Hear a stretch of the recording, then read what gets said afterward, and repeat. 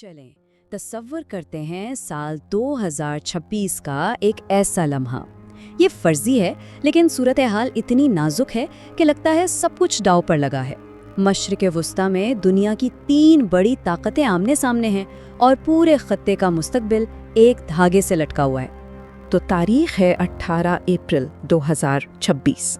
मशरिक़ वुस्ता में एक अजीब सी आर्जी खामोशी है, लेकिन ये वो खामोशी नहीं है जो सुकून लाती है।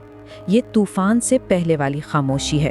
हर कोई बस सांस रोके देख रहा है कि अब आगे क्या होने वाला है। तो हम बात कर रहे हैं अप्रैल 2026 की, एक ऐसे खित्ते की जो बहरान के बिल्कुल दहाने पे खड़ा है। यूं समझें कि सबने अपनी सांसें रोकी हुई हैं। अच्छा, इस सारी कशीदगी के मरकज में कौन है? 3 बड़े नाम हैं, अमेरिका, ईरान और इजराइल। कुछ अरसे से जो तनाज़ुआत चल रहे हैं, उनके बाद उनके आपसी ताल्लुकात समझे बस एक बहुत ही नाजुक धागे से बंधे हुए हैं। अब आते हैं इस जगह पर जो इस पूरे बहरान का मरकज़ है, जिसे चोक पॉइंट भी कह सकते हैं, और वो है आबनाए हुर्मुज़ का तनाज़ा। ये वो मकाम है जहां आलमी तिजारत और फौजी खतरा बिल्कुल आमने सामने आ जाते हैं। तो सवाल ये है कि ये आबनाए हुर्मुज़ है क्या चीज़ और इतनी अहम क्यों है? देखें, ये एक बहुत ही तंग समंदरी रास्ता है जो खलीज फार्स को खुले समंदर से जोड़ता है, और इसे आलमी मईशत की शहरक भी कहा जाता है। क्यों? क्योंकि दुनिया की तेल की सप्लाई का एक बहुत बहुत बड़ा हिस्सा यहीं से गुजरता है। तो जाहिर है जिसका भी इस रास्ते पर कंट्रोल होगा, वो पूरी दुनिया की मईशत पर असर डाल सकता है। और ठीक यहीं पर ईरान का एक बहुत बड़ा बयान सामने आता है। ईरानी पार्लियामेंट के स्पीकर मोहम्मद बाकिर कालिबाफ कहते हैं, इस रास्ते से गुजरने के लिए ईरान की इजाज़त दरकार होगी। अब ये कोई आम बयान नहीं है, ये एक खुला चैलेंज है, ताकत का सीधा सीधा मुजाहिरा। अच्छा, इस धमकी में जो सबसे दिलचस्प बात है ना, वो है इसकी टाइमिंग। ईरान ने तजारती जहाज़ों के लिए ये रास्ता जुज़वी तौर पर खोला ही था, और सिर्फ एक दिन बाद ये बयान आ गया। इससे अंदाज़ा होता है कि हालात कितनी तेज़ी से बदल रहे हैं और हर फरीक कितना मोहतात होकर अपने पत्ते खेल रहा है। चलें, फौजी कशीदगी से हटकर अब ज़रा सिफारती महाज पर नज़र डालते हैं। यहाँ एक बिल्कुल अलग ही खेल चल रहा है। मुआहदे भी हो रहे हैं और उनसे इनकार भी। ये सिफारतकारी का एक बहुत ही गैर यकीनी रास्ता है। इसमें एक उम्मीद की किरण भी नजर आती है। अमेरिका ने बीच में पड़कर इसराइल और लबनान के दरमियान 10 दिन की जंग बंदी करवा दी है, और इस पर सदर ट्रंप ने खुशी का इजहार भी किया। तो एक लम्हे को लगा कि शायद हालात कुछ बेहतर हो जाएंगे, लेकिन ये जंग बंदी बहुत ही नाजुक है।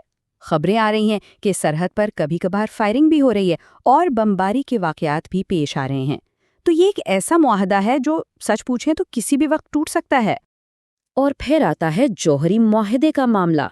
यहाँ तो बयानात में ज़मीन आसमान का फ़र्क है। एक तरफ वॉशिंगटन में सदर ट्रंप कह रहे हैं कि एक बड़ा मुआहदा बिल्कुल करीब है और ईरान का जौहरी मवाद अमरीका मुंतकिल किया जाएगा। दूसरी तरफ तेहरान की वजारत ख़ारजा साफ साफ कह रही है कि हम इन दावों को मुस्तरद करते हैं, हम अपना यूरेनियम किसी को नहीं देंगे। तो इससे खुद अंदाज़ा हो जाता है कि दोनों में एतमाद की कितनी कमी है।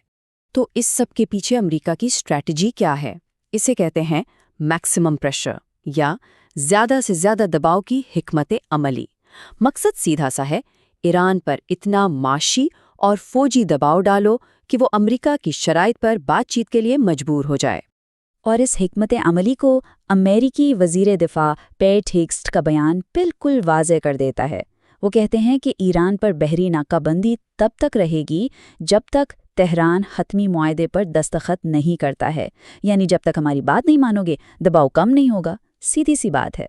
लेकिन ईरान भी खामोश नहीं बैठा, वो भी अपनी चालें चल रहा है। एक तरफ समंदर का रास्ता बंद है, तो दूसरी तरफ ईरान ने अपनी मशरिकी फ़ज़ाई हुदूद को बैनुल-अक़वामी परवाज़ों के लिए खोल दिया है। ये एक तरह से दुनिया को पैगाम है कि हमारे पास और भी रास्ते हैं, हम पूरी तरह अलग थलग नहीं हैं। तो अब तक की सारी बातचीत का खुलासा क्या है? ये एक बेचैन सी खामोशी है। आइए देखते हैं कि इस वक्त कौन सा फरीक क्या कर रहा है, ताकि पूरी तस्वीर साफ हो जाए। اچھا، تو صورتحال کچھ یوں ہے، امریکہ اپنی بحری ناکہ بندی جاری رکھے ہوئے ہے اور مذاکرات کے لیے دباؤ ڈال رہا ہے۔ جواب میں ایران آبنائے ہرمز کو دوبارہ بند کرنے کی دھمکی دے رہا ہے، لیکن اپنی فضائی حدود کو جزوی طور پر کھول بھی دیا ہے۔ اسرائیل لبنان میں جنگ بندی پر عمل تو کر رہا ہے، لیکن اس کی نظریں ایران کے جوہری پروگرام پر جمی ہوئی ہیں، اور ان سب کے بیچ پاکستان علاقائی امن کے لیے سفارتی دورے کر رہا ہے۔ تو سبھی اپنے اپنی جگہ پر کچھ نہ کچھ کر رہے ہیں۔ تو آخر میں بچتا کیا ہے؟ ایک عارضی اور بہت ہی نازک سکون۔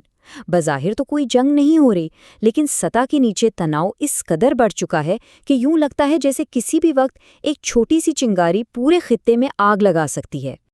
اور یہ ساری صورتحال ہمیں ایک بہت بڑے سوال پر لا کر کھڑا کر دیتی ہے۔ جب تعطل اتنا نازک ہو تو پہلی چال کون چلے گا؟ اگلا قدم کون اٹھائے گا جو اس سارے کھیل کا رخ بدل دے؟ اس کا جواب فی الحال کسی کے پاس نہیں ہے۔